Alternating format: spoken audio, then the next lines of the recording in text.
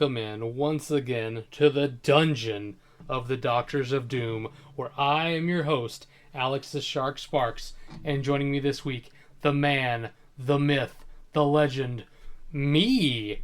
And also, it's a bird, it's a plane, no, it's myself. And lastly, a man who needs no introduction, it is I. That's right, I'm flying solo this week, boys. It is currently 7:35 p.m. on a Wednesday. As of 48 hours ago, we were supposed to have 4 people on this podcast. As of 35 minutes ago, we were supposed to have 3. But here I am, flying solo, so you get what you get. Hope you like it. If you don't, I'd say blame me because I'm the only one here, but also blame the other guys for not being here. So, whatever floats your boat, as long as you realize that I'm the GOAT. So here I am, and I'm going to ramble. There's a lot to talk about in sports, and quite frankly, I was kind of banking on having the other guys here to bounce ideas off of and talk to, but it is what it is. I'm going to do my best. I hope you enjoy it. If you do, that's awesome. Let me know. If you don't, that's cool too. Keep it to yourself. I don't need to hear about it. No, just kidding. So yeah, lots going on in the world of sports. We got NBA playoffs going on. We got NHL playoffs going on. The NFL draft starts tomorrow. We're 24 hours away, 24 and some change from, 24 hours away from the NFL draft kicking off. Champions League's going on. So there's just a ton. WNBA just signed a new TV deal. I know you guys are stoked about that. Just a lot going on in the world of sports. I mean, there's baseball too. We're probably not going to talk much baseball because I ran it on it a bit last week. But yeah, let's get into it, I guess. Let's talk sports. I'll save NFL for last because we normally do, and we will talk through the sports. So we're going to talk some NBA action first. For those who know me, you know I'm not a huge NBA guy. I think basketball, just quite frankly, is one of the least fun sports to watch. And the reason I say that is not that the action on the court is bad. The problem is when you get towards the end of games, ever since the hack-a-shack strategy was invented, 30 years ago, shows how old I am, where they just, when the game gets down to the final few minutes, it's just a bunch of fouls and free throws from one team while the other team runs plays, and it just slows down too much, so it gets kind of boring for me. But let's go through the basketball news. We're in the first round. Most series have had 2 games. A couple have only had 1. Big story so far. Magic upsetting the Pistons in Game 1. I've talked about before how the NBA is the everyone gets a trophy league. 16 teams make the playoffs. Now with the play-in games, technically there's like 20 teams that make the playoffs, and there's only 30 teams in the league. So the fact that everyone and their mother makes the playoffs is a bit of a joke. So when you have the 8 seed going against the 1 seed, that is a much bigger gap than in other sports where an 8 seed might play a 1 seed. So in this case, the Magic upsetting the Pistons in Game 1 is kind of a big deal because no one expected that to happen. We talked last week on the pod how we really thought the East was fairly open except for, the teams at the very bottom like Sixers and Magic, and here we are. Sixers are one of them, the Celtics, Magic, and their chances are obviously increased by Celtics having an injured player, and the Magic having beaten the Pistons in Game 1. Now, as you can see, Game 2 is currently going on if you're watching it on YouTube. So Pistons are leading Game 2, but still, Orlando picking up Game 1 was big. Cavs up 2 over the Raptors, nothing special to talk about there. Knicks and Hawks 1-1. I don't think there's anything to talk about there. The Knicks, like we talked about, better on paper, but they haven't gotten the job done in forever. So until they do, I'm not going to believe in them. Celtics and Sixers, again, Celtics have an injured player, so it's a little understandable. Let's move to the other side of the bracket, where a 1 seed playing an 8 seed is what it looked like, and the Thunder beat the doors off the Suns. I mean, it was not even close. Lakers and Rockets. Lakers currently have a 2-game lead in that series. Nuggets and T-Wolves. That one's going pretty well. 1-1. We do have some good series going, at least on both sides of the bracket, which is nice. And then the big NBA news, obviously, for those who are following it, Spurs and Trailblazers. I don't think anyone gave the Trailblazers a chance. And you look and you're like, well, hold on, it's 1-1. Why is that? Well, Wemby left in the second quarter of Game 2 with a concussion. And for those who know how injuries work, concussions are completely unpredictable. There is no telling when someone's going to be good to go. I mean, in the NFL, the concussion protocol, and I realize the NFL is probably more strict than the NBA with regards to concussions because it is a sport where you're often going to be hit. However, in the NFL, it is extremely common to miss at least 1 week with a concussion, and it is not that uncommon to miss multiple weeks. So, how long Wemby is out is a big deal. I mean, the next game is on Friday. We're recording this on a Wednesday, so he does have a couple of days before game, the next game. But like, I don't know. I don't think it's realistic for him to play on Friday after he got the concussion yesterday, right? So he's gonna miss game 3. There's a world where the Blazers win that game, and if he also misses game 4, which is also possible, again, concussions you can be out for a while. If he also misses game 4, there's a world where the Blazers are up 3-1, and it doesn't matter that San Antonio is a much better team. By the time Wemby comes back, it might be too deep of a hole asking to win 3 straight with, at least one of those games being away. So definitely one worth tracking. I'm trying to find the schedule for the game. That's why I clicked on it here. Here we go. Yeah. So, they have a game on Friday, and then a game on Sunday, and then a game on Tuesday. So the injury occurred, like I said, yesterday, which was a Tuesday. If it's like the NFL and you miss at least a week, there's a very realistic world where he misses the next 3 games. I mean, I definitely think he's going to miss 2. I would be very surprised if he came back. The hit was pretty nasty. People were actually really relieved they didn't have like any kind of jaw damage to his jaw based on how bad the hit was. But still, when you have a concussion, that's no bueno. Now, people are predicting he's going to return for the Friday game, but I just don't see how that's possible. Like, if he comes back on Friday after having a concussion on Tuesday, I think that's a little irresponsible, especially for someone who's a young player. What's up, dude? Hey, what's cracking, man? Sounds like someone did just drop in and join the pod. Who's with me? Oh, look at that. It is Vinny and little Renzo. Give it up for Vinny, Dad Bod Santucci. And, Renzo, the man, the myth, and the real legend that I talked about earlier. What's cracking, man? Uncle Alex is over there somewhere. Oh, what's cracking, Vincenzo? What's up, dude? Yeah, that's my bad. My mic was muted, so I was talking to you this whole time, talking on the pod, but I forgot that I had Zoom muted. So, since there's no one on the call with me, I didn't see the point. No, yeah. I just wanted to do a little guest appearance with. I had a pie bet that I was thinking of. I know I'm interrupting your topic. You are. Go ahead. I have a pie bet that we can discuss the expiration date, but I am joining live with guest star Renzo August Santucci, who, for the viewers out there, is 3 months old. And if you listen to this podcast, there's a running joke about who has never won a DoD Super Bowl. So we will figure out an expiration date. But my pie bet is that Renzo August Santucci will win a DoD Super Bowl before Adam Antelope Sparks. Dang, throw in some shade, Vinny. I like it. Hey, and it's worth noting for those who can't see, Renzo is looking swole, man. That left bicep, let me tell you, dude's been hitting the iron already at 3 months, I think. So he didn't get that from you, Vinny. I know where he got that from, but he didn't get it from you. Yeah, we're trying to figure out where he gets his 80th percentile height from, considering mom and dad are both in the 40 to 50th percentile. So, maybe there will be a podcast talking about him one day. But just want to do a little guest pop in. I've got about 10 or 15 minutes, or until he either pees, pukes, or starts crying. So we're here. All right, well, then I'm going to let you jump right in on the topic that I was talking about. So I was talking NBA playoffs, and I was talking the big story right now is Wemby. Wembanyama had a concussion yesterday. So, about how in the NFL, when you get a concussion, realistically, you usually miss a week, maybe 2. Now, the NFL is going to have a more strict concussion protocol because of the toll it takes on the body. You're getting hit a lot more than in the NBA. My question is, right now, he is expected to return on Friday. To me, it seems kind of irresponsible to have a guy who got a concussion on a Tuesday playing a game on a Friday, especially a young guy with a long career ahead of him. So do you think they're going to rush him back and have him play on Friday, or do you think it's much more realistic that he misses the next couple of games with that concussion?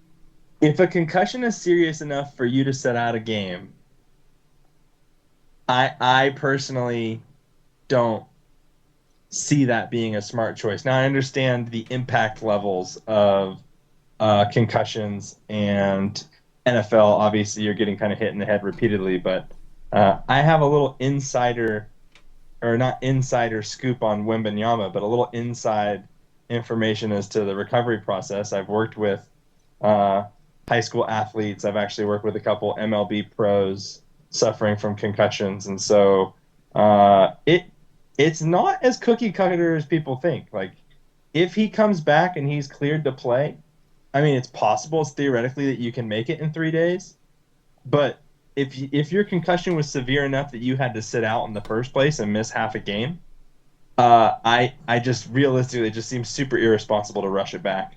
Um, there's steps for clearance and protocols, and there's obviously ways to mask symptoms, and I think NFL players are really, I mean, professional athletes are really good at masking those symptoms, but very irresponsible in my opinion. Especially, I know he's not your true big, but if someone's going to get hit, it's a big, right? So, Yeah, I mean, his yeah, job is to contest shots. I think in game one of the reasons they were so dominant is that I don't think anyone scored on him or something. Like, he had some crazy stat when he contested a shot, no one scored, and it's like that's his job as your big, and putting him back in there, I just think it's irresponsible. Like you said, and like I said, I realize the NFL is going to have a stricter policy because of head shots, but when you look at concussions in the NFL, 90% of people that have a concussion miss at least 1 week, right? It is extremely rare to get concussed in a game on a Sunday and play the following Sunday. It happens, but it's very rare. And I realize this is an NFL, but to think that this guy, and these games happen at night, right? It's like, think a guy got a concussion on a Tuesday night and he's going to be good to go for a Friday night game 72 hours later. That's a big pill to swallow. right. Yeah, and not only that, I mean, let's break it down even further and just say, is it even the right move for the Spurs? Now, granted, you lost, but you're going to sit here and tell me a 63 or 62 win team with, and we talked about this last week. What did Wembanyama play, like 29 minutes a game or something like that? You're going to sit here and tell me that his 29 minutes are what let them win 70 to 80% of their basketball games? Like, do you need him to beat the Trailblazers in a 7 game series? I don't think, I don't know. You know, I think you can scheme. I know he's obviously an MVP candidate, but I think you can scheme around it. Yeah, I mean, I definitely I agree with that take as well. I mean, yeah, there is a world where like he misses the next 2 games because after the Friday game, there's a Sunday like afternoon game. So like, there's a world where he misses the next two, and the Blazers are up 3-1, and it's a totally different argument. But I also think like you only lost to the Blazers by 3 when you lost Wemby in the second quarter. Like, yeah, you had one argument is, well, you missed him for half the game and still lost. The other argument is, but now you're going to be able to game plan knowing you won't have him, and I think that's like a different scenario. So we'll see. I mean, the spread right now is 1.5 points, which is nothing, right? Like, that's, I don't know what this I don't know what spreads are in basketball, how much you get for home court, but I can't imagine it's 1.5 points. That's like negligible, right? Like, they're saying Right. it's a coin toss, right? So I mean, if I mean, granted, game one for the Rockets and Lakers, they didn't have Durant, but the Lakers just beat the Rockets, who were the 5 seed, without Austin Reeves and Luka Doncic, so their best player and their third best player. So I just think the Spurs are a good enough team to beat the Trailblazers without Wemby. Why even try to get him back ahead of schedule? I mean, 1.5 points. I don't know. Maybe they're not going to, right? Maybe they're just gonna figure out. yeah, You know. I think bringing him back on Friday would be very irresponsible. Even if he clears whatever your protocol is, I think you hold him out on Friday just as a precaution. And then if the Blazers beat you, like, and you feel like that it wasn't a fluke, that this is what's going to happen without him, then maybe you reevaluate going into the Sunday game.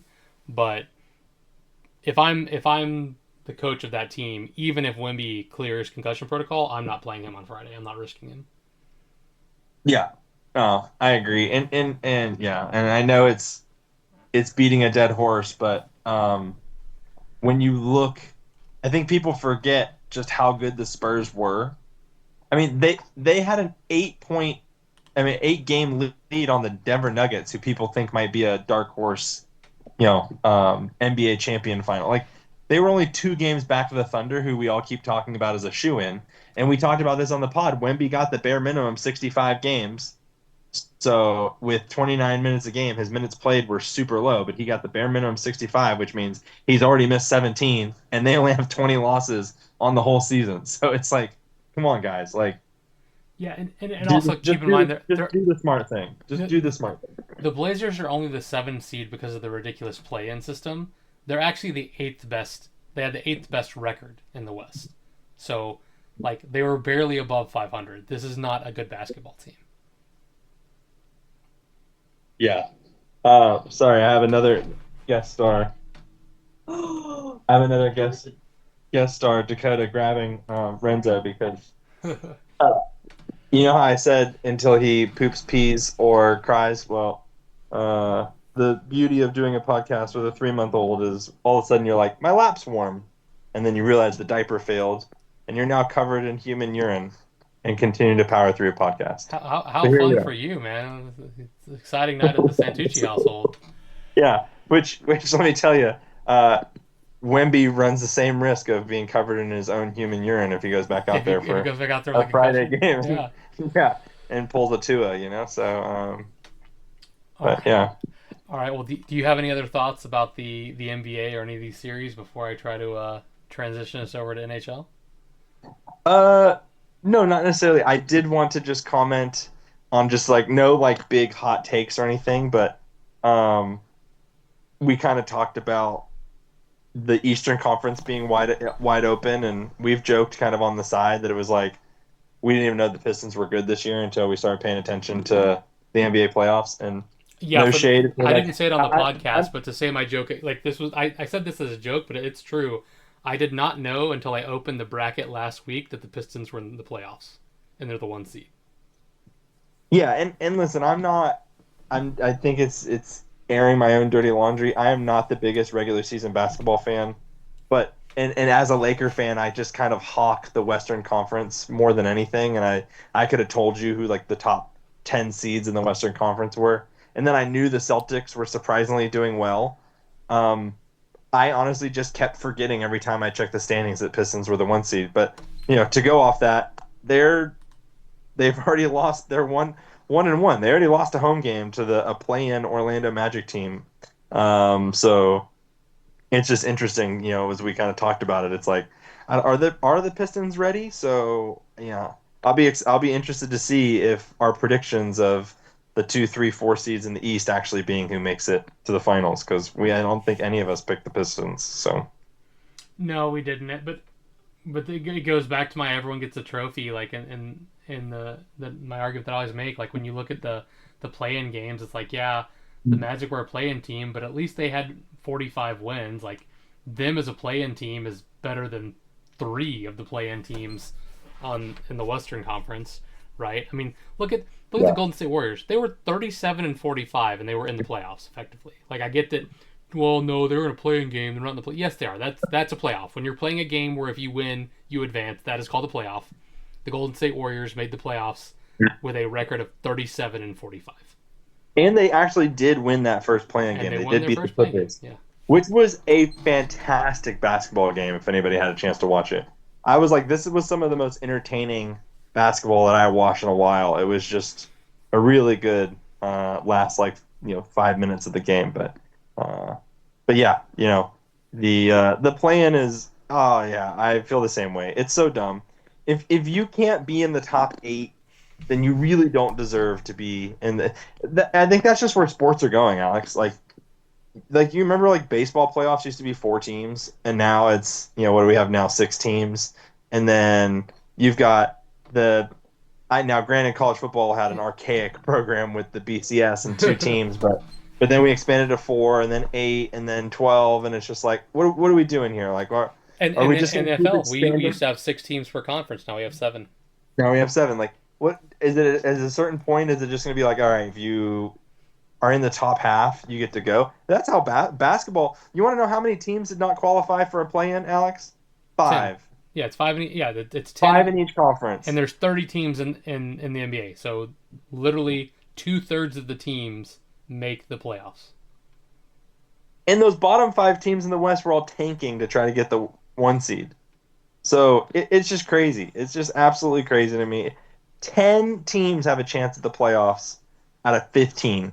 Like, that is. And it takes away from the playoff race because as you mentioned, right, when you look at the difference between the 10th place team and the like, it's an 11 game difference. In the West, it's an 11 game difference here as well. It's like there's no race now because, like you said, these guys are just tanking, or they're just bad, like the Mavericks because they traded away their best player, like a bunch of dumbasses. So it's like there's no more intrigue, no more like, oh man, it comes like how many times in the NFL does it come down to the last game of the season? Winners, make the playoffs, losers out, or like winners, gets home field advantage throughout, losers a 6 seed wild card. You know what I mean? Like these games that matter so much in the NBA, it's like, well, when's the last time any of these guys played a game that mattered? Because there's massive gap. Like you're talking about the last at least 11 games of the season didn't matter. You know what I mean? Right. No, I completely agree. It's Yeah, and then they're like, well, we have the intrigue based on the what's happening in those play-in games. That's the intrigue and who gets to make it. No, a 10 seed can make it. And it's like, yeah, but do I really want to see a 37-win Warriors play a 70-win Thunder? Like, not really. Yeah, because it's not going to be a series. I mean, and I think in all time, I think there's only ever been one 8 seed that beat a 1 seed in a series, right, in the NBA. Like it almost never happens. And even if by some miracle Golden State went on a run, would anyone like really consider them to be the champ? Like if somehow Golden State went on a run and won the title, would it like? I think that would be bad for the NBA, not good. Yeah, probably. It probably would be bad. Like, oh, hey, a 37-win team can still win it all. Yeah.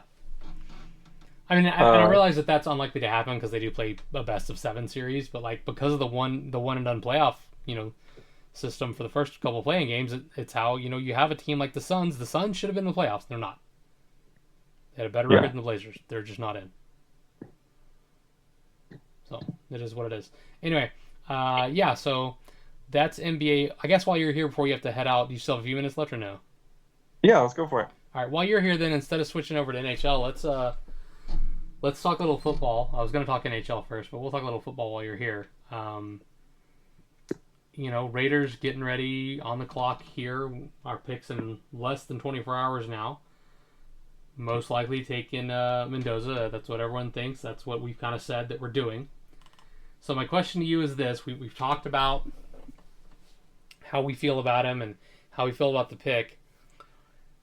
In the last 25 years, there have been 19 quarterbacks taken with the first overall pick. So 19 out of 25 drafts, number 1 overall pick was a QB. How many of those guys do you think have won Super Bowls? Ooh, over the last 25 years? Yeah, the guy taken number 1 overall. Okay. Golly, how far back? So, I'm trying to think how far back that goes. 2001? 2000. That's so far. It goes okay. 2000 because 2026 draft hadn't happened yet. Yeah, you're right. Sorry, my math. I'm trying to think who the number 1 picks were in my head. The only one I can really think of off the top of my head right now is Peyton Manning. He was not a number 1 pick. Peyton wasn't? He wasn't the first overall pick in the draft. Oh, okay. Yeah. Oh. I don't mean the first quarterback taken. I mean the number 1 overall pick. Gotcha. I actually thought Peyton Manning was the number 1 overall pick, so that makes it even more challenging. So, because of recency bias, none of them. No Kyler, no Baker, no Joe, no Cam. My God. Is the answer going to be 0? Oh, no, hold on. Peyton was taken first overall. This graph's wrong, so... Yeah, I was like, no, you're right. He was taken first, right? Before. Yeah, you really had me there thrown for. Well, then I realized that this. Oh no, that's why. Because Peyton he was taking 98. That's why. Oh, okay. He was taking 98. Okay. That's why. Okay. Okay. Yeah, you're right. Gosh, he's not even in the last. He's not even in the last 25 years. Yeah, there we go. Gosh, that's really bad. Okay. Man, this is gonna be really hard. So you were close with Peyton though. Because then we've got Oh, close with Peyton. So is it just two? Is it just Eli? Was Eli number one? Yes, he was. Sorry, I get confused because he was drafted by another team and then was and then traded. traded. Yeah. So I always forget that he was the number one pick. And then so there's him. Okay, that's so. Oh, and then Stafford was a number one pick. He has one. That's the two. Yeah. So So just the three Super Bowls. of the 19 quarterbacks who were drafted first overall in the draft in the last 25 years, only two of them have won Super Bowls, and that's Eli, future Hall of Famer, and Matt Stafford, likely future Hall of Famer. Wow. Okay, now I know that this is Jimmy Rig or kind of like messing with the stats though, but if you look at the quarterbacks who have been to the Super Bowl that have been number one, then you get to throw in who like Joe Burrow, Cam. Was Goff the number one overall pick? So you get Yeah. to So throw Goff you get in. Joe Burrow, Cam, Goff. Uh, did Mark Bulger ever go? No, those are Kurt Warner's. Vic never went. Oh, who is the Niners? Alex Smith was number one out of Utah. So you've got some guys who go. And let me tell you, Alex, as a Raider fan, I do not care if we win a Super Bowl. If we can just get out of this like 2-3 win rut that we're in, if we can just be a respectable football team with Mendoza, I'm all in. I Well, would take there's a Raider I on would this list, trade the rest Jamarcus of our Russell. draft. So Yeah, listen. Yeah, we don't need to talk. The Raiders have historically whiffed on first round draft picks. So, yeah, we have. you know, but yeah, I think the Raiders, we've talked about this. I think the Raiders have bigger holes. If someone wanted to offer them a bananas package for the number one overall pick, and then, let's say it's like a team like the Jets, and you have a shot at some of the quarterbacks that are coming out next year, I think you do it. You pull the trigger, you take the number two pick, you get a next year pick. You do whatever you got to do to try to like load up. But I also think that Mendoza could be one of those guys who he's not a Joe Burrow. He's not like an exciting number one pick, but so many good quarterbacks in the NFL just weren't that exciting. They're just like the smart football player who makes the good decision, who, you know, Drew Brees wasn't that exciting. You love Derek Carr. He wasn't that exciting. Tom Brady, definitely not that exciting, especially as a prospects. Right, Russell Wilson, but not a but great but my prospect. whole thing is the last time the Raiders drafted a number one overall quarterback who was a guy that only had one good season and his numbers weren't that great compared to people that normally go around that level, it was Jamarcus Russell. Now, I'm not saying that Mendoza's Jamarcus Russell. They are two very different people as far as like who they are off the field, it seems. But I'm just saying you're talking about a guy who has only done it once and didn't do it at the highest level, like as far as Yeah. production, and that scares me. And I just when I saw that stat today, and I realized there's more to it than Super Bowls. I get that. There's also some skewed in there when you have a bunch of multiple time Super Bowl winners over that time span with Brady, Mahomes, both Mannings, etc. But still, Yeah, honestly, the worst thing that happened to the Raiders was he didn't even have a good season. He like dominated in the championship game. I can't remember who they played. He had like one great game, and everyone was like number one overall pick. well, that's the point that I'm making, right? Like his overall season stats, his one good year of college weren't that good.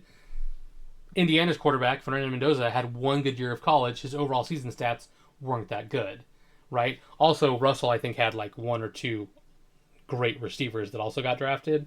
Um, I don't know. That's not the case for Mendoza, but still, the point that I'm making is there are more parallels there than I would like to see. Is all I'm saying. Yeah, no, I get it. Yeah, I disagree with those parallels, but I see where you're coming from with it.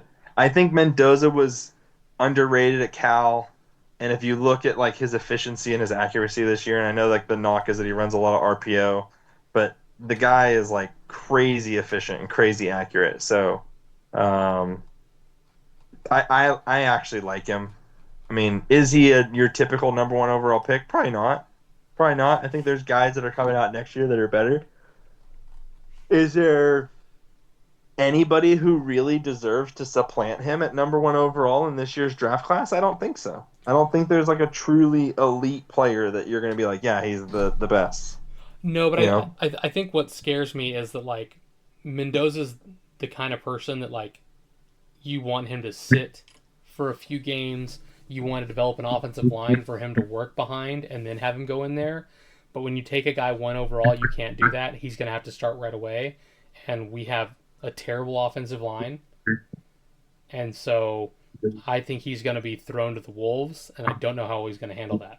Because he was very well protected in Indiana. He is not going to be very well protected as a Raider. Yeah. Yeah. Oh, I agree. I think that's what I say. I think they've got a lot of holes that I wish they could fill in other ways, but It's just kind of like, cause it's kind of like if you told me today the Raiders signed Joe Burrow, I would be so excited and then also realize that we're still going to suck because no one's going to block for him and he can't run. Right? So like it doesn't matter how accurate Fernando Mendoza is because he doesn't have a wide receiver and he doesn't have an O-line. Yeah. It's going to be a rough go for him.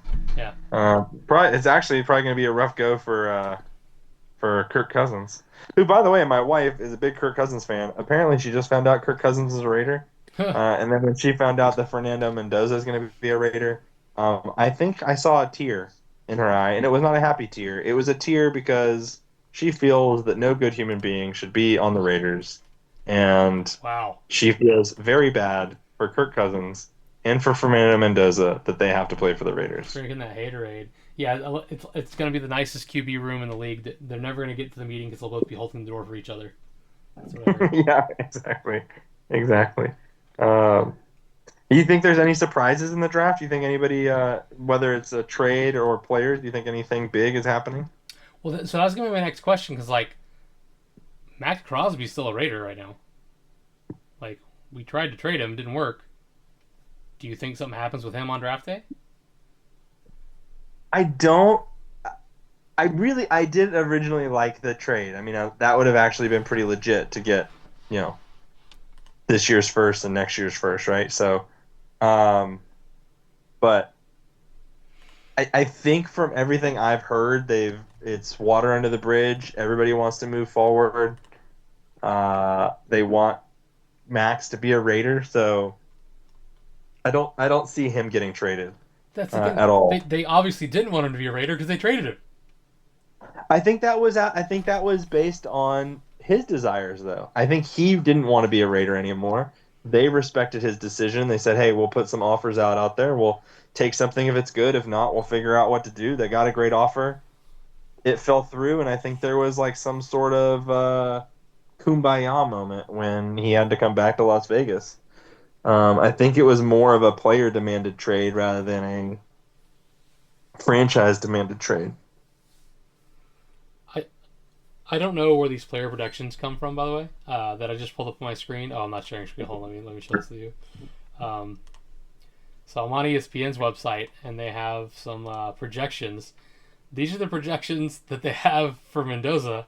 He has a higher chance of ending up as a backup than he does as a starter. Don't love that.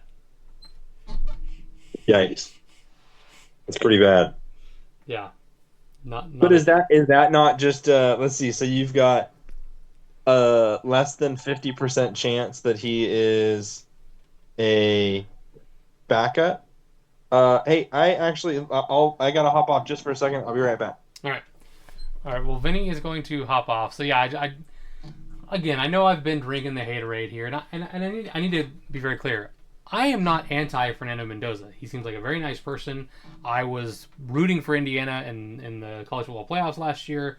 I thought it was a cool story. I like seeing a team that's not one of the major, football schools win. I love seeing them beat Alabama like Cherokee Drum, all that stuff.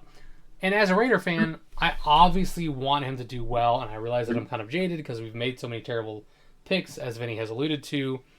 I think in my life of being a Raider fan, of actually watching the NFL, especially closely since we started fantasy football the last 25 years, we've made one good pick. That was Brock Bowers in the first round. So I know I'm being a hater, but I'm worried about him. That's all I'm saying. That's all I'm saying. But he does have a. Oh, these are a percentile scale. I'm having a hard time. Categories.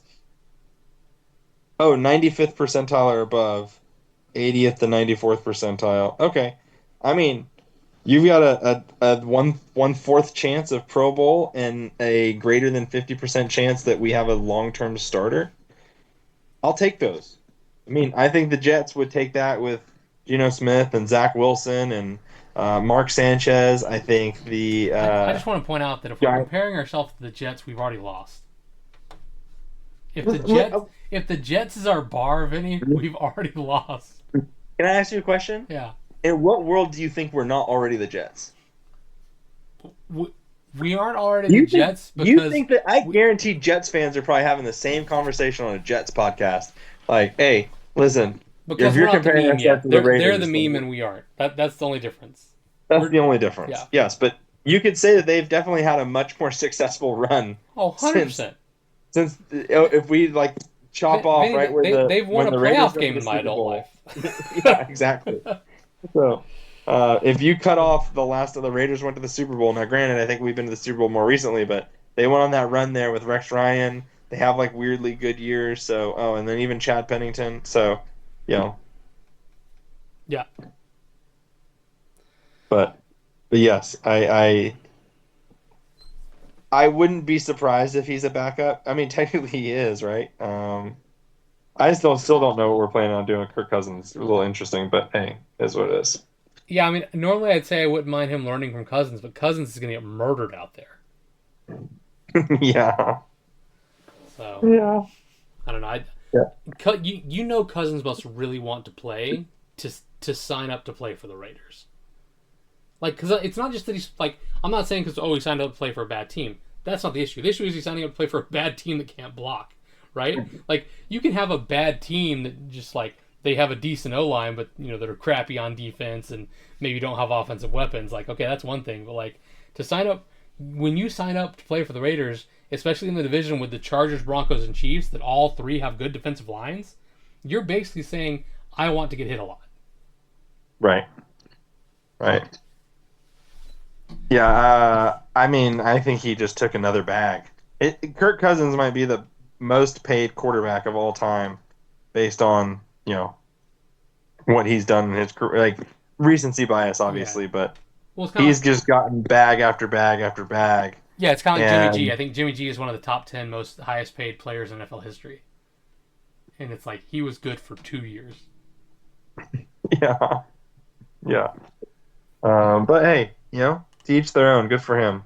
But I do have to hop off. I apologize for being the unreliable one again. But I mean, you say that, but you're the one who showed up. So true. I actually, technically, I have been more reliable. I mean, I guess Mitch has to look after his cat, so there's that. But I had a great intro written too, because as of 48 hours ago, we were supposed to have a 4-man pod. So I had I had actually done some writing for this episode. We didn't even get to use it. So yeah, shame on you for assuming that this podcast that we weren't the Jets. How dare I? How dare you? All right, bud. All right, Delvers. I'll see you. I'll catch you later, man. Tell Dakota I said hey. I will. Bye. All right, boys and girls. We're going to hard shift to the NHL. We will talk a little more NFL before the wrap up the pod, but I do want to talk some NHL. Actually, no. We'll finish my NFL stuff here. So yeah, draft's coming up. Just finish my take on Fernando Mendoza. I want him to be good. I hope he's good. As a Raider fan, I just can't get my hopes up. I'd rather be negative now and have to eat crow when he's good than be hyped about it now and then sink into the depressive stupor when he's bad. And not even bad, just like not great. Like, I think he's going to be a game manager. Anyway. So yeah, NFL draft's coming. What your team does. Maybe you're someone that roots for a team that you think always does well at the draft and you're excited. Other not so much. We will see what happens. Vinny asked, if there's going to be any big moves. You never know. Draft day can be crazy. If you've seen that movie, Draft Day, starring Kevin something? I can't think of his name right now. Anyway, the movie Draft Day, it's really great movie. However, it's completely unrealistic. Kevin Costner got there. It's a movie about a guy going through the NFL draft, and crazy stuff happens in that movie. If you, I won't spoil it, but you should watch it if you like stuff like that.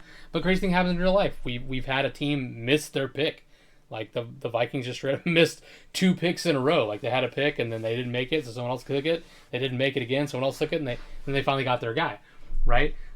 Crazy trades can happen. You never know what's going to go down. And we will see. I mean, I think everyone's pretty set on what the number 1 overall pick is, but it opens up from there. So hopefully we get some excitement. So we'll talk a little more NFL news. There was some NFL news that broke today. The Cowboys have announced they are not going to offer a long-term deal to George Pickens. Now, the reason that matters, like why are we talking about this? It matters because he has not yet signed his franchise tag tender. So he is not under contract. There is an offer on the table because they franchise tagged him. He can't go anywhere. If he wants to play, he'd have to play for the Cowboys, and he gets $27 million on that franchise tag. So it's a nice little payday. I know I'd be itching to sign that contract, but he is wanting a long-term deal, so he's not signing right now. The Cowboys are not willing to make him that offer, and they've come out and said that, which makes me think they might be fishing for a sign-and-trade situation going into the draft. Because why else would you announce it right before the draft, right? There's 2 reasons you would announce it right before the draft. One is you're trying to scare teams into thinking you might go wide receiver. I'm not sure where their first pick looks like. Their first pick is number 20. So maybe there's a team after you that's thinking about wide receiver, and now they're worried that the Cowboys might want to make a move to get a wide receiver in the event that they're not going to end up signing George Pickens. And the number 2, conspiracy theory here is that they say that so that teams know that, hey, even though we franchise tag this guy, we might be willing to move him because, look, he's not willing to sign the tender with us because we won't give him a long-term deal. But if you're willing to give George Pickens a long-term deal, I'm sure he'd be willing to do a sign-and-trade situation, right? So I think they're putting some feelers out there. Whether those feelers will actually result in anything, I don't know. I don't think so. I think if someone wanted a star receiver like Pickens, they could have gotten him the year before. Because what we saw from Pickens last year, I don't think that surprised anyone who watches football. I think George Pickens was a very good player. The issue was his attitude. And what we saw from him last year was exactly that. A very good player who did at one point in the season get in trouble for his attitude. So if you're a team who doesn't care about his attitude, or you think you've got the head coach that can manage that, it doesn't bother you, and you could have signed him already for cheaper than what you'd pay for him now. So I don't think anything's going to come of it, but it is interesting. I wanted to bring it up. Speaking of wide receiver news, OBJ, Odell Beckham Jr., hasn't played in the NFL since 2024, but he had a workout with the Giants recently, his old squad. So maybe they're looking to add him at wide receiver. I don't know if he's got any gas left in the tank. The last time we saw him, he was looking great in the Super Bowl for the Rams. Then he got hurt, right? He was looking good in that playoff run before he got hurt. So, but he never really came back from that. And the older you are, the bigger injuries, the more effect injuries can have on you and your performance. So I don't necessarily think that he is going to be an impact player anywhere, but it is interesting. It's in the news. People like OBJ want to throw it out there. But yeah, that's what's going on as far as like recent NFL news that came out. As far as wide receivers go, other NFL news, Mike Vrabel situation. For those who haven't been following that, he's the head coach of the Patriots. He and a reporter had some photos come out that seemed to imply that they were doing it. And so, she lost her job over it. He obviously did not. He's with the Patriots. They're fine with scandals, and that's what they're used to. So, he had to have some, quote, difficult talks over it, but did not admit any wrongdoing. Hey, buddy, if you're having difficult talks, you probably did something wrong. It's not difficult to be like, no, man, it didn't happen. So, And by the way, you're probably like, Alex, why do you care about this relationship? I don't. That's Mitch's department, but he's not here, so I'm having to fill in. The reason it was a story at all is because they're both married, not to each other. So yeah, obviously, Patriots back in the news for a scandal. Big surprise, right? They still have the same owner who was investigated by the FBI for being part of a sex trafficking ring. So, it is what it is. Mike Tomlin has joined NBC as an analyst. And we all kind of knew he wasn't going to go back to coaching this year, but does this mean that he's parking the bus long term, just like the last Steelers coach, Cowher, did when he joined a media company to be an on-air analyst? We'll see. Maybe it's temporary, maybe it's permanent. We don't know yet. We will find out. But yeah, that's kind of the big NFL news that I've got. I did see a list that I want to talk about real fast for the most hated players currently in the NFL. Now, I don't know who voted on this or where this list came from, so I don't have a source to give you. But I did find it kind of interesting, and I do kind of agree with some of these, so I'm just going to go over the rankings from 10 to 1. I think it gets juicier towards the top. I'd love to have someone here to debate this list with, but I don't, so you guys are going to hear my thoughts on it, and then you let me know in the comments or via text or what have you what you think. Number 10, Jamal Adams. He's currently a free agent, but just because he's hated because he trash talks a lot and his performance has been going downhill, there's a reason he's a free agent. I don't know enough about that. A lot of corners, a lot of wide receivers trash talk each other, so I'm going to let that one go. I don't have enough to say about that, and you're a free agent, whatever. All right, moving on. Dak Prescott, hated because of his playoff struggles while leading the Cowboys. I don't know where that one comes from, personally. Dak has, generally speaking, played pretty well. I don't think anyone who watches the Cowboys play thinks that Dak is the problem. Like last year, it's like, oh, the defense was the problem. Now, there have been years where Dak's been hurt, and that's been a problem. But if you're going to hate on a guy for being injured, what are you doing with your life? So I don't really know about that one. Moving on, these next ones I start to agree with a little more. Josh Allen, and the reason he, at number 8, he's hated for, quote, his on-field antics and complaints to officials. Yeah, I can see that. Doesn't bother me, but I can see if you were someone who roots for another team, not liking the way he acts on the field, and obviously the way that he tries to complain to get calls.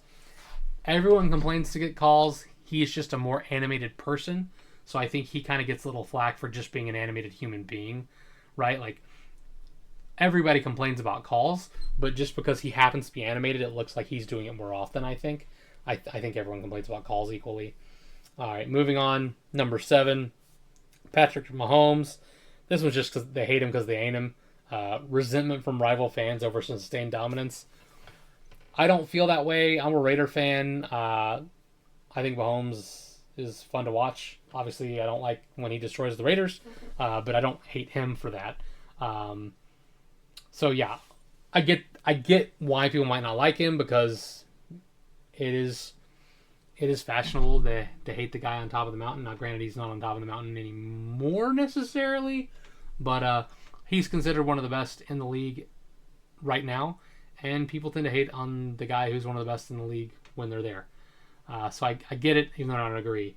All right, the next one, Travis Kelce. People are hating on him. Overexposure and his high-profile celebrity status. I see this. Yeah, a lot of people hating on Kelce just because he is marrying T-Swizzle. And again, my reaction to that is get over yourself, haters. Like, you're just jealous, man. I wish I had multiple Super Bowl rings and was engaged to a billionaire. Yeah, I do. I see that. I don't hate him for it. I think he's lucky, man. Good for him.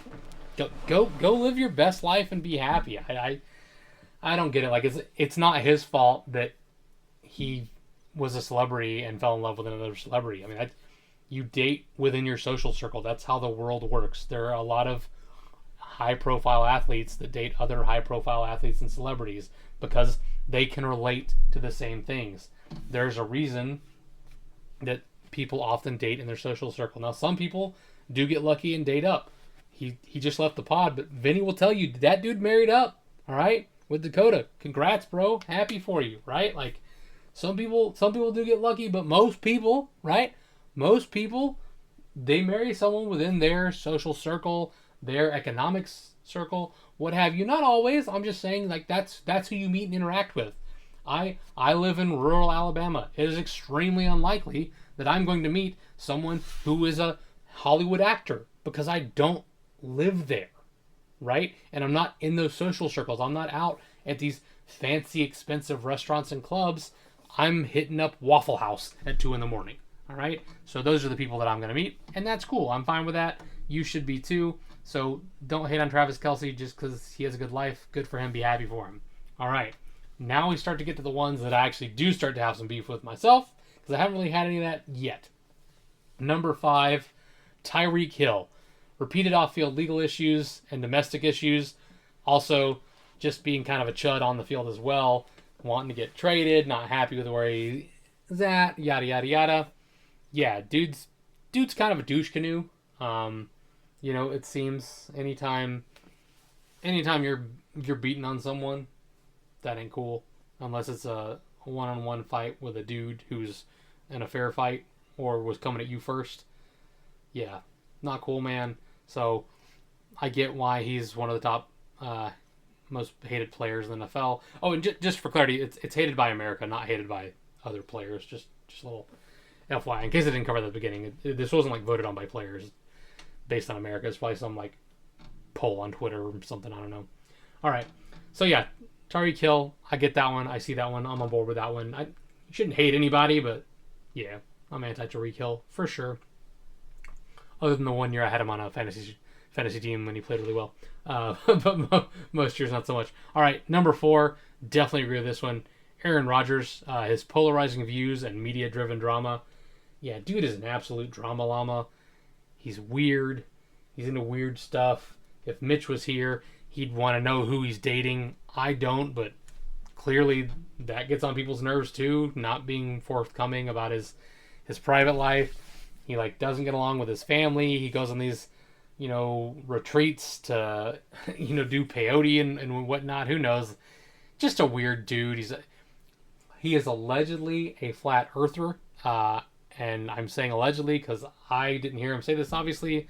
But the person that did say this was a former receiver of his, Alan Lazard. So, I don't know why he would lie about it. So, worth noting. Dude might be a little crazy, and yeah, people hate on them for that. He goes on the Pat McAfee show once a week, or at least he used to. At least during the season he did. I don't know if he does right now. Once a week to talk about stuff, and so he puts his opinions out there. He's an opinionated dude, just like I am, but his opinions are weird. And I'm not saying that my opinions are necessarily great or right, but at least they're relatively normal.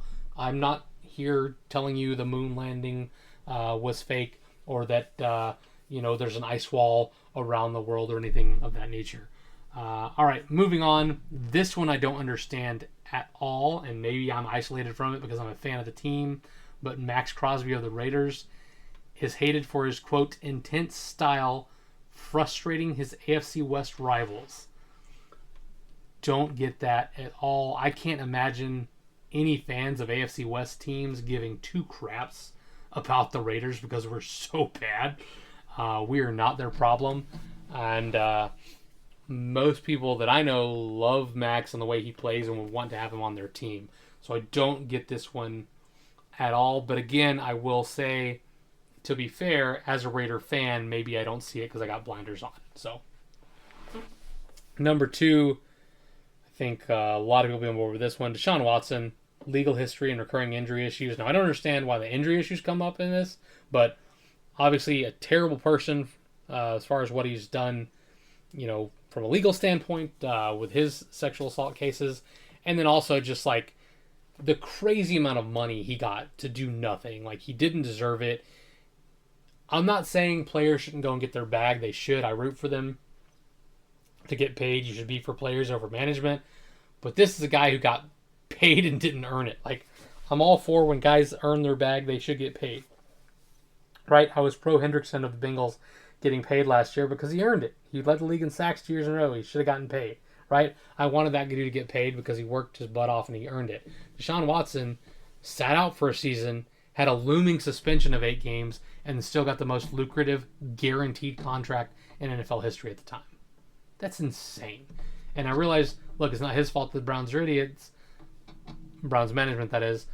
But also, it is a reason to have beef with him. Like, yeah, I got beef with this guy who didn't play for a long time. Since he came back, he has sucked and has not been worth that. Is getting paid buku dollars. Also was a horrible person. Meanwhile, there's plenty of good people out there working hard who aren't getting paid what they deserve. So absolutely see that one. And the number one most hated player in America, Russell Wilson, for being inauthentic and his, quote, cringe public persona. Yeah, he's a weird dude. He throws a moon ball. I get it. I don't agree with it because, like, I've kind of been on the record. I just don't care in general. I care a lot more about what these guys do on the field than off the field. Now, that may sound hypocritical, what after I just said about Deshaun Watson. Russell Wilson did anything illegal. Like, yeah, I have issues when someone does something illegal. I have big issues when someone does steroids, domestic abuse, violent crimes, etc. Like, I have issues with that, right? Russell Wilson didn't do any of that thing. He's just weird, right? It doesn't bother me he's weird. I don't care. I care much more about what he does on the football field than what he does off the football field. I don't like that he threw that interception in the Super Bowl, but also not his fault that they had the worst play call in history when they could have just handed the ball off. I mean, granted, I guess he should have audibled, but that's neither here nor there. So that's the top 10 most hated list. To recap through them again: Jamal Adams, Dak Prescott, Josh Allen, Patrick Mahomes, Travis Kelce, Tyreek Hill, Aaron Rodgers, Max Crosby, Deshaun Watson, and Russell Wilson. So yeah, let me know if you think this is a good list of hated players. Do you hate them or dislike them, what have you? Do you think there's someone who should be on here that isn't? Do you think there's someone on here that is and shouldn't be? I'd love to hear people's opinions on Max Crosby, especially because, like, all these other ones, while I don't agree with, I can necessarily, I mean, I agree with some, but, like, I can at least see the logic behind it. I don't see it at all for Max Crosby, but that might just be my Raider bias. So let me know. All right, that's my my last NFL rant. I do want to get to NHL before I wrap things up here. Sorry if I'm going a little long. Well, it's not long, but just for a one-person podcast, it's a little long. So yeah, let me go into NHL. We're going to look at the playoff bracket here and talk about a few things. So start with the West. Avalanche and King, and just for clarity, right off the bat, people are going to look at this way. Why are there multiple 1 seats on each side? There are 2 conferences, but 4 divisions in hockey. So the seeding is very strange, the way they do things. It's a 1 through 4 and a 1 through 4 on both sides, but it's not 4 from each of the 4 divisions. That's not how it works. It still matters how you finish in your conference. You can have like 5 and 3 from the divisions instead of 4 and 4. It's a little wonky. I'm not going to go into the whole breakdown of it, but here's the bracket. So start with the West: Avalanche and Kings. Avalanche up 2-0. Kings not looking like they have much of a chance there. The next series is much more interesting to me. The Stars and the Wild. Both of these teams are very good. Currently tied at 1-1. And one of the reasons this series is very interesting to me personally is the Dallas Stars. Their coach, DeBear, took them to 3 straight Western Conference Finals. 3 straight semifinals in hockey. They fired him because he didn't get them over the hump. So, as far as I'm concerned, the Stars should be all in this year. Because if you're going to say a coach that takes you to 3 straight, and those were his only 3 years with the team, by the way. It wasn't like he had a long career and then just couldn't get over that. No. He got 3 years with the team. All 3 years took him to the Western Conference Finals. They didn't get over the hump. Dallas clearly believes they have the roster to win it all, and the coach was the problem. They fired their coach, so they better win it all now that they got rid of their coach. And they're tied up at 1 now, but as you can see, they're the 2 seed, which means they had home ice. They've lost home ice advantage by losing one of those first 2 games. They lost the first game, and it was not close. So if I were a Stars fan, I'd be a little concerned. Now, hockey is very different than other sports. Like, you can lose 6-1 in game 1 and then win 4-2 in game 2. Like, it's very swingy like that. Ottinger, their goaltender, can have games like that. So it's not like a 6-1 blowout if this were an NBA game and that's like the equivalent of like you lost 150 to 80, I'd be a lot more concerned, right? So I'm not saying that, but I am saying like if you're going to fire your coach and say that we're all in, we think the coach was the problem, well, you better win this series. And as it stands, you're tied up at 1. So we'll see what happens. So I thought that was interesting. I guess the main rant I'm trying to make there is I think ownership doesn't do the best job at decision making when it comes to coaches and their tenure. There are so many coaches who get way too many years with the team when they're stagnant, and there's also coaches who don't get enough time with the team, either when they're doing well or when they're doing poorly, right? Like, there are guys that, like, they'll get fired after their second year. It's like, we had 2 bad years. Like, yeah, they inherited a bad team. You only gave them 2 years. It takes at least 3 to bring in your players and make changes, especially in college football. Like, it takes time. Like, your first year of recruiting is freshman, right? So you don't have junior level players on the team that you brought in until your 3rd year as a coach. So if you're firing a coach after 2 years, especially in like a college football situation, they didn't have enough time to build what they wanted to build. So I just think there's some coaches that get let go too early, like the Dallas Stars coach, and there's others that we let stick around too long and live through their mediocrity. Guys like Mike McCarthy for so long was able to get by as an 8-8 coach. Mike Tomlin as a 500 coach. Yeah, he won some Super Bowls, and I don't think they're going to do any better necessarily, so maybe that's why they let him stick around. But even then, he wasn't let go. He walked away. I just think management needs to do a better job of recognizing, okay, we have a talented coach, let's give him support or give him time to see what he does. And, hey, this coach may have been great, but he couldn't get us over the hump. It's time to make a change. That's exactly what the Ravens did this year, right? And we're going to see if that works or not. But the Ravens made that decision, right? Like, we've got this MVP caliber quarterback. Our coach has not gotten us over the hump. He's not getting us to the big dance, the Super Bowl, not the playoffs, obviously. He's getting the playoffs. He's not getting us to the Super Bowl. Let's change it up. And I'm not saying it's the coach's fault. That's just sometimes different players resonate with different coaches. So I thought that move was strange. Anyway, that's my rant about the Dallas Stars coaching change. I think if they don't at least make it to the Stanley Cup final, that's going to be a big egg in the face. Like, imagine if they lose a series, right? You go to 3 straight Western Conference Finals, and then you get bounced in the first round. Like, that'd be pretty bad. Right now, they don't have home ice anymore because they lost the game. So we'll see, right? We'll see. All right, Game 3 is tonight, by the way. Starting, like, nowish, I think. So, yeah, I wish I was recording this podcast a little later. I might have a very different version of this rant. I mean, they're going to look like a genius when the Wild win or a moron when the Stars win. But, had to go over it. All right, Golden Knights and the Mammoth. Series tied at 1. This is something I think is just so cool about hockey. Like, the Mammoth is an expansion team that's only been in the league for a couple years. The Golden Knights is an expansion team that's only been in the league for a couple years. And they're both already in the playoffs. And you know who's not in the playoffs if you look at all these teams? The Florida Panthers. And now if you're not a hockey fan, you're like, okay, Alex, why does it matter? The Florida Panthers aren't in the playoffs. They won the last 2 Stanley Cups. They won the championship last year and the championship the year before that. The 2-time reigning defending Stanley Cup champions didn't make the playoffs, but the 2 most recent expansion franchises did. Now, to be fair to the Golden Knights, they've actually won a cup, so it's not like they're like brand new, but the Mammoth are brand new, and the Golden, like, both these teams have come around in the last few years.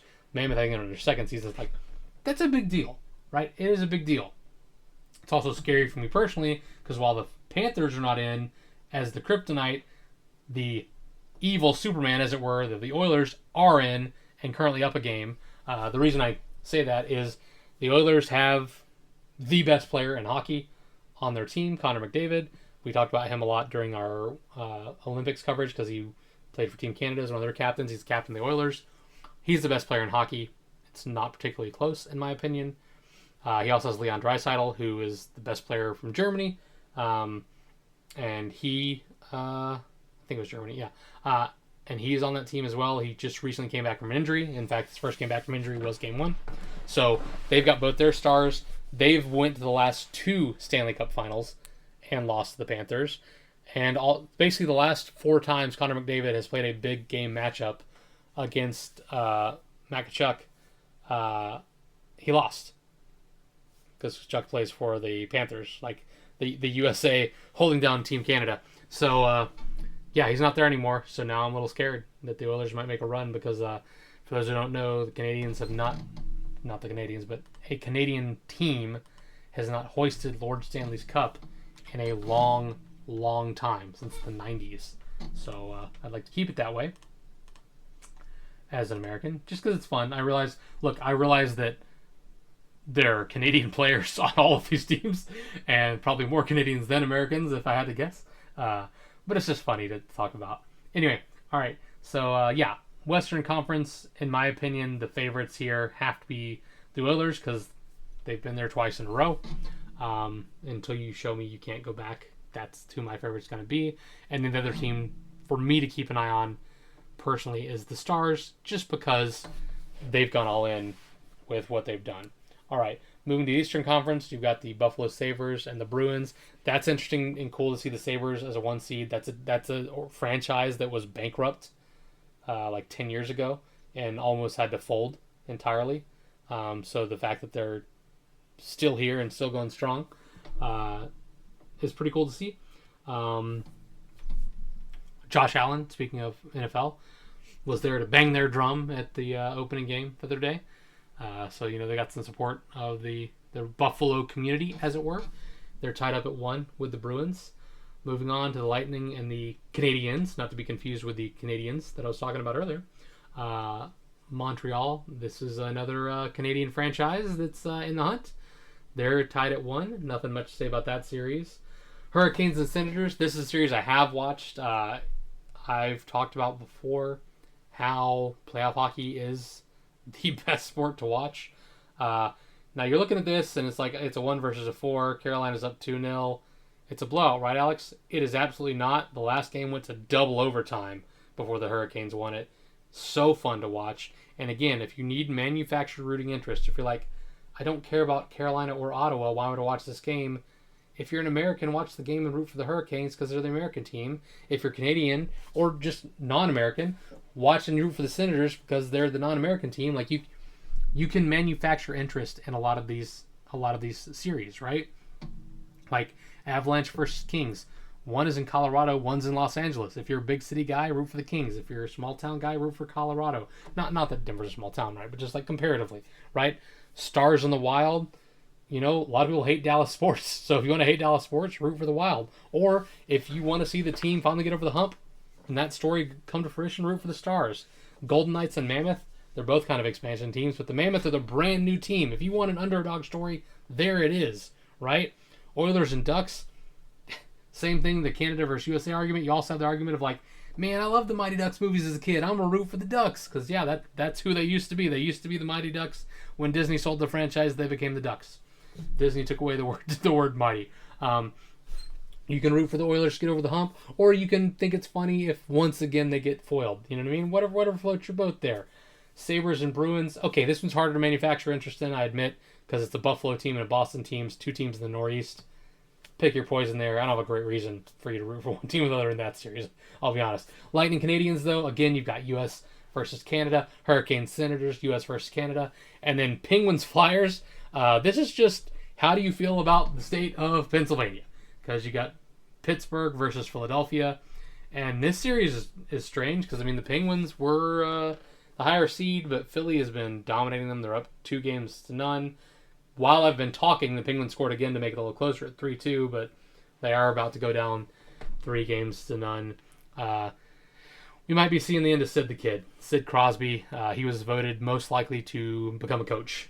He's 38. He'll be 39 going into next season if he keeps playing, which hockey players do play a little older than other sports, but he's getting a little long in the tooth, as it were. So we'll see what happens there. But yeah, hockey's super fun to watch. I really recommend it. Like, if you've not taken my advice yet, watch one of these games, right? Just pick one and watch it. Whatever manufactured reason you need. And if you need even more manufactured tension, wait until one of these series goes to a game 7. I'm sure one of them is going to, right? Or get to an elimination game and watch that game. Just give yourself the opportunity to watch a playoff hockey game. The atmosphere is electric. You'll love it. All right. that's my rant on the NHL.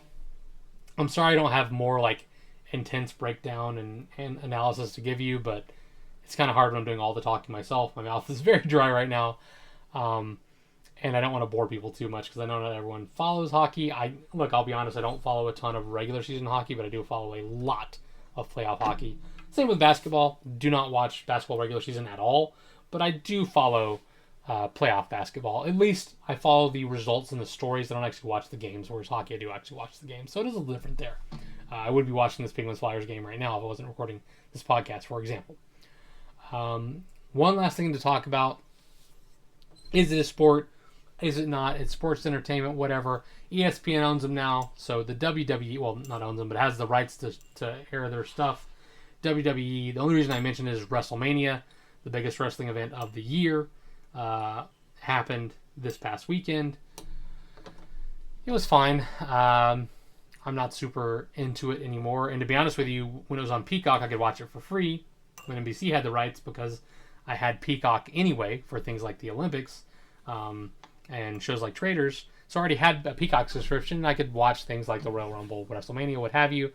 Now that it requires an ESPN subscription, I ain't paying for that, so I didn't watch. But I have read some of the stories. Let's see if it shows anything on here. Yeah, so WrestleMania happened this weekend. Big news that people might care about. Brock Lesnar retired. He had his final match, allegedly, in the WWE.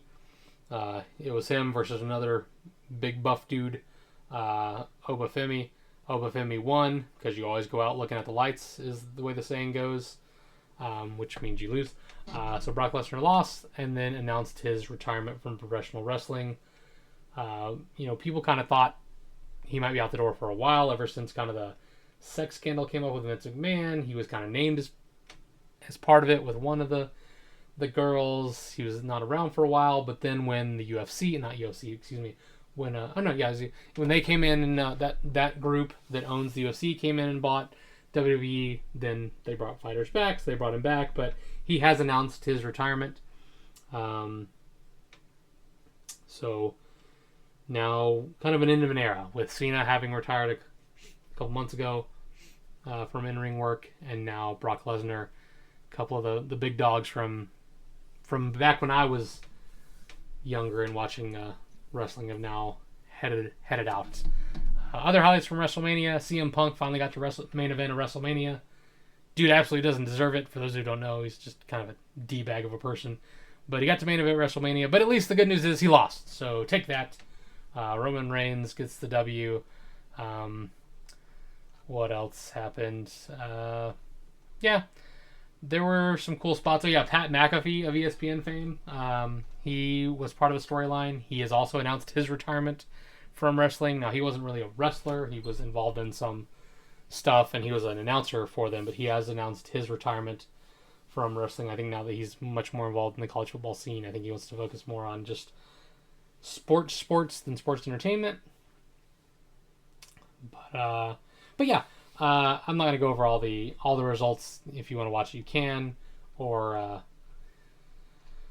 read about it, what have you. There's places to read about it. I just mainly wanted to go over the Brock Lesnar retiring, because I thought people might care about that, because he was in the UFC. He was a fighter. CM Punk was also in the UFC. He was not very good, but he was a fighter.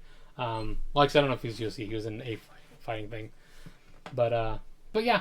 So wrestling can be fun. Check it out if you want. It's not really a sport because it is all scripted. There's a rant for you. You can bet on this, which is just wild to me. Like, I get that you can bet on anything. Now they have those prediction markets, which is a whole other rant, where you can bet on predictions of all kinds of crazy stuff. Like, you can bet on, like, what Trump's going to say in his next speech. Like, if he's going to say different words and things, which is crazy. But it's one thing to bet on what's going to happen, especially in a sporting event. Totally makes sense, right? Yes, it can be rigged. Yes, there was a scandal in the NBA where the refs were kind of rigging things for a while back in the day. There were the Black Sox in baseball who threw a game. Like, I get all that, right? But in general, the athletes are out there playing the game, and the outcome is not determined. Wrestling, however, is a scripted show, right? We don't know, but they know in advance who is going to win and who is going to lose. They plan things out. Now, they don't have the whole... Look, if it's a 30-minute match, they don't have a 30-minute script of what to do. It's not like a play where they're acting it out. They call things on the fly. They go with their vibes. They go on emotion. There's a lot more that goes to putting together a match. But there are some scripted spots. More importantly, the ending is scripted. Now, that can change. The writing can change, right? There have been cases where the writing changed the day of. But generally speaking, the shows are scripted. Going into this, we didn't know who was going to win. But the WWE management, the guys in the locker room, or at least the guys in the match, they knew that Roman Reigns was going to beat CM Punk for the World Heavyweight Championship. So the fact that we could bet on that is crazy to me. Why would you bet on something that is predetermined? That is just... That's like me pulling up a recording of a Bulls game from 95 and trying to bet somebody on the outcome. Like, yeah, maybe you didn't see that specific game, but the game already happened. There's a winner. It's already been determined. People already knew. Like Brock Lesnar didn't lose that match because he got beat and then decide, you know what, because I got beat, I'm going to retire. No, Brock Lesnar knew he was going to retire. That's probably part of the reason he agreed to come and put a guy over. He's like, hey, I'm ready to be done. Let me come and put someone over to make them the next big star and have them to have their step on the way, and I can go out with a bang, right?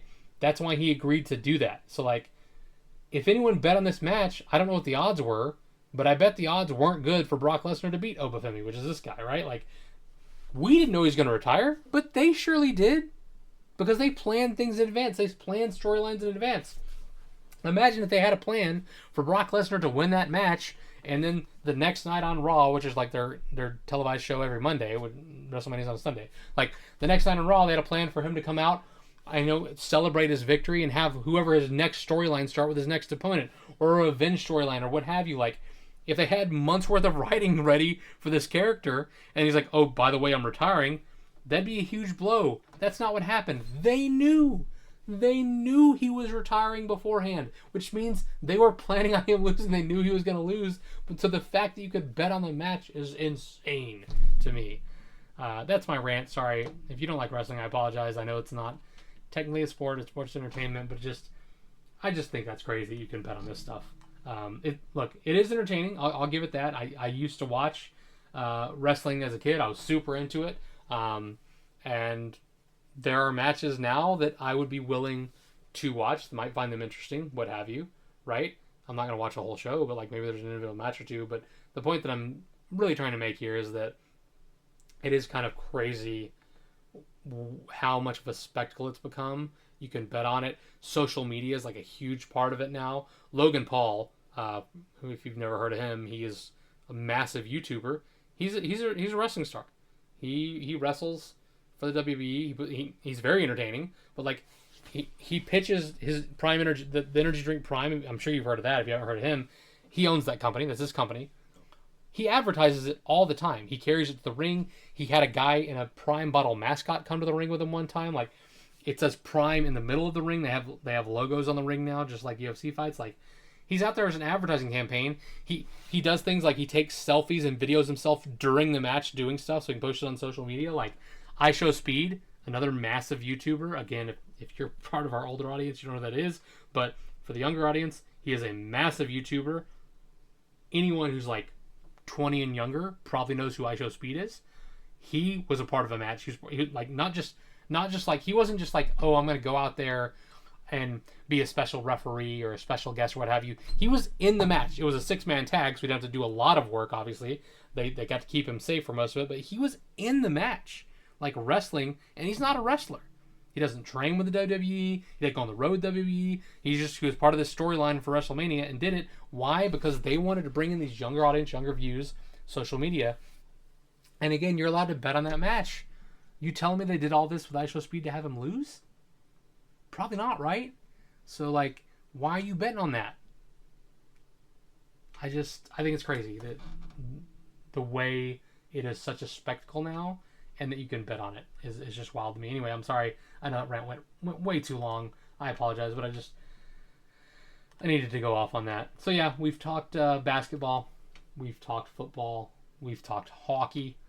We've talked wrestling. And I did mention the WNBA signed a new TV deal.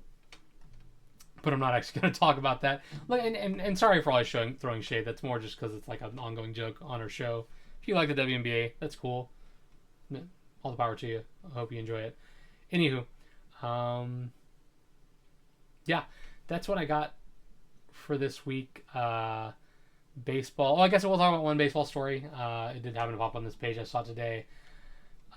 Baseball pitcher throws a pitch, line drive right back at him, spins around, can't find the ball. Ball got caught in his shirt, and he got the out. And I mean, when I talk caught in his shirt, let's see if there's a video on ESPN. I saw it online. They're not going to have a video here. They have a video of everything. They don't have a video of this. Well, go look it up. It was a Mariners pitcher. Looks like Logan Gilbert's his name. Line drive comes right back at him, and it goes so close to him that, between the two buttons on his shirt, because, baseball shirts are buttoned, the ball managed to go in there, and you can see the ball wrap all the way around his body as it hits his shirt. He has no idea where it is. He's spinning around looking for the ball, trying to throw it to first. Batter's running to first. Umps don't know what to do. Eventually they call the guy out because the ball never hits the ground, and then he finds it in his shirt. But, that was close because, as you can see in the story, the ball was going roughly 108 miles an hour. That thing would have hurt if it hit him in the chest. If that ball is just an inch to the right, we're talking cracked ribs, right? Instead, we have this hilarious thing. So it's pretty cool to watch. If you want to go see it, go look that up. That's my one baseball story. Sorry, there's not a lot of baseball to talk about this time of year. Early baseball, and there's playoffs and drafts going on. So yeah, NFL draft. Now it's almost 9 p.m. So NFL draft starts in about 22 hours. Raiders are on the clock, and then right after us is the Jets. So we'll see what happens. Hope you guys enjoyed it. Sorry that it was mostly just me. Still don't know where Mitch is. I thought for sure he'd join us at some point, but he didn't. At least Vinny dropped in to say hello. But yeah, really hope you guys at least enjoyed part of it. I imagine you did if you're still here. And if you're not still here, then you're not hearing this. But yeah, hopefully next week I can get the whole squad back together. I'm really trying for you guys. I really enjoy doing this podcast. I know they do as well, but life does happen. And right now the other two guys kind of have a lot going on in life that makes it hard for them to be here on a regular basis. I really hope we can get back to that for you all. We really enjoy doing it. I hope you guys enjoy listening. But until then, I'll keep yapping as long as you'll keep having me. Peace out. I'll see you next time.